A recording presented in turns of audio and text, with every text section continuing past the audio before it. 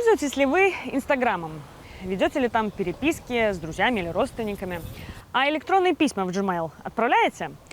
А говорит ли вам о чем-то словосочетание чат-контрол, а точнее чат-контрол 1.0? Это такое неофициальное название законопроекта, который принял Европарламент. Официально это регламент о предотвращении и противодействии сексуальному насилию над детьми. Он предусматривает массовое сканирование личной переписки без предварительных подозрений.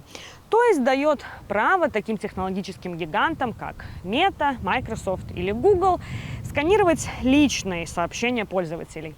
И вот этот вот законопроект вызвал много споров как в самом Европарламенте, так и за его пределами. Кто-то называет это настоящей тотальной цифровой слежкой, кто-то защитой детей. Но давайте обо всем по порядку. Вообще, эта идея не то чтобы появилась вдруг внезапно и ниоткуда. Так, до 2021 года у онлайн-платформ не было никаких правовых оснований сканировать личные переписки пользователей. Это противоречило европейским законам о защите данных. Но в 2021 в ЕС приняли временный регламент, такое отступление, исключение от правил, которое разрешило платформам добровольно сканировать чаты. И вот срок действия этого отступления вышел в апреле этого года. Изначально продление чат-контрол 1.0 было отложено, но потом все-таки нашло свой путь обратно в Европарламент и было принято. Глава Латвийского центра безопасного интернета Майя Катковская отмечает, без участия и помощи платформ контролировать распространение нелегального содержания очень сложно.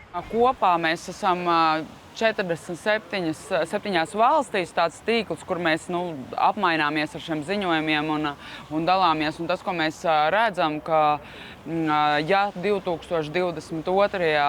Gadā tīklā kopā visas valstis konstatēja, bija 400 000 nelegālu satura vienību, tad 2025. Gadā tas jau bija 8 reizes vairāk nekā 3,2 miljoni satura vienību, kas satura seksuālu vardarbību pret bērniem. Vienaudži, nepilngadīgās personas nereti viens otram rada šos pornogrāfiskos dziļviltojumus un izplata sociālajos tīklos. Un tādā veidā, ja jau pirmajā solī, kad kāds grib izplatīt šādu saturu, ja tas jau tiek nobloķēts un netiek nekur tālāk izplatīts, tad tas ir bērniem daudz drošāk. А вот эксперт по кибербезопасности Элвис Страздич говорит, цель законопроекта благородная, но решение проблемы с помощью так называемого чат-контрол 1.0 – опасный прецедент. Tie paši bērni arī savā starpā sarakstās. Viņi sarakstās ar vecākiem vēl kaut ko.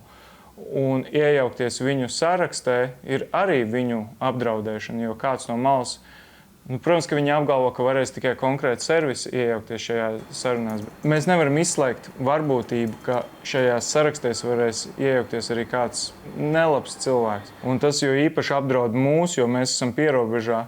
Un ja mums, piemēram, notiktu kaut kāda krīzes stunda X, kuras ceru, ka nekad nepienāks, bet ja tā pienāktu, un mūsu ienaidnieki varētu lasīt, piemēram, mūsu saraksts, tas apdraud mūsu valsts drošību.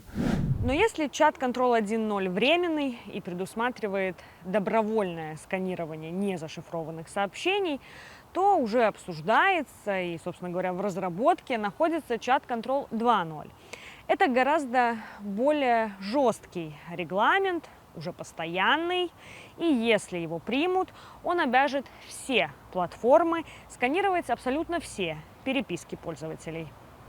Man ir milzīgs bailes, ka mēs pārtapsim par vēl vienu Ķīnu, kur cilvēki vienkārši tiek kontrolēti. Un aizbildnējums būs cīņa pret noziedzību. Ar chat-control 2.0 katrā ziņā tā nebūs vairs brīvprātīgi. Līdz ar to būs vai mēs paliekam šeit, vai arī un pakļaujamies šeit regulai, vai arī mēs ejam prom no Eiropas Savienības. Un, diemžēl, visticamāk, šīs platformas izvēlēsies iet prom. Es uzskatu, jā, ka platformām tas ir viņu pienākums rūpēties, lai nenotiek nelegāla satura aprite arī šajās 1-pret-1 šifrētajās ziņa apmaiņas vietnēs, jo tieši tās ir, ko mēs savā darbā redzam, tieši tās ir tās, kur no bērniem tiek izvilināti kailfoto. Viņi tiek manipulēts ar viņiem un no viņiem tur izvilina šos kailfoto, un pēc tam tas tiek izplatīts vēl tālāk. Действие этого временного чат-контрол 1.0 продлено до апреля 2028 года. Вокруг более жесткой версии чат-контрол 2.0 все еще идут дискуссии. Эмилия Гаспарян, Валдис Лацис, ЛСМ.